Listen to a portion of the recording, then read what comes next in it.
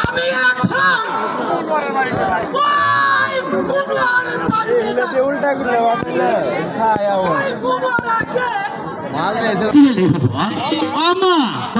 তোমার আব্বা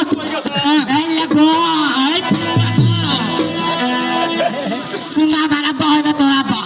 ঠিক আছে আব্বা রাডাই করতে সসকে আব্বা বলছে তোমার আম্মা কি এখন ডাকলো